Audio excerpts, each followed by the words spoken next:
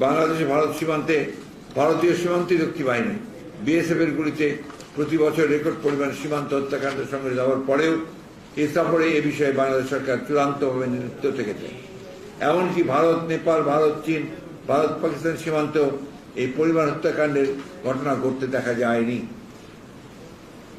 মানবাধিকার সংগঠন আইন সালিশ কেন্দ্রের তথ্য অনুযায়ী 2024 সালের জানুয়ারি থেকে মে মাসের শেষ পর্যন্ত অন্তত 11 জন বাংলাদেশি সীমান্ত হত্যাকাণ্ডের শিকার হয়েছেন। আহত হয়েছেন আরো 9 জন। মানবাধিকার সংগঠন অধিকারের মতে 2000 থেকে 2020 সালের মধ্যে ভারতীয় সীমান্ত বাহিনীর গুলিতে কমপক্ষে 1234 বাংলাদেশি নিহত এবং 1145 জন আহত হয়েছেন।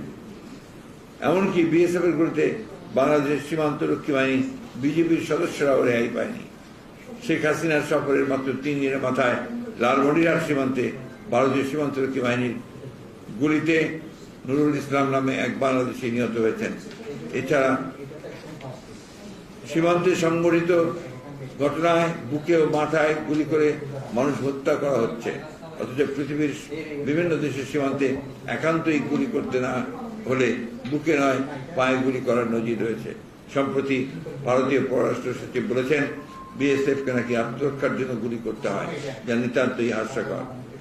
বাংলাদেশের পক্ষ থেকে সীমান্ত হত্যা বন্ধে শেখ হাসিনার পক্ষ থেকে একটি শব্দ উচ্চারণ করার কথা শোনা যায়নি। অপরদিকে ভারতের পক্ষ থেকে সে রুটিন আশ্বাস, আর সেটাই তাদের সরকারকে মেনে নিতে হয়েছে। শেখ হাসিনার সর্বশেষ দিল্লি সফরটি কার্যতই একপাক্ষিক। এ সফরে স্বাক্ষরিত সমঝোতা কিংবা চুক্তি বাংলাদেশের ন্যূনতম শান্তি সুনিশ্চিত করে না। এছাড়া আলোচনায় এমন কিছু বিষয় এসেছে যাতে বাংলাদেশের সার্বভৌমত্ব নিয়ে প্রশ্ন উঠেছে। সামরিক সহযোগিতার নামে জাতীয় নিরাপত্তাকে হুমকির মুখে ঠেলে দেওয়া হয়েছে।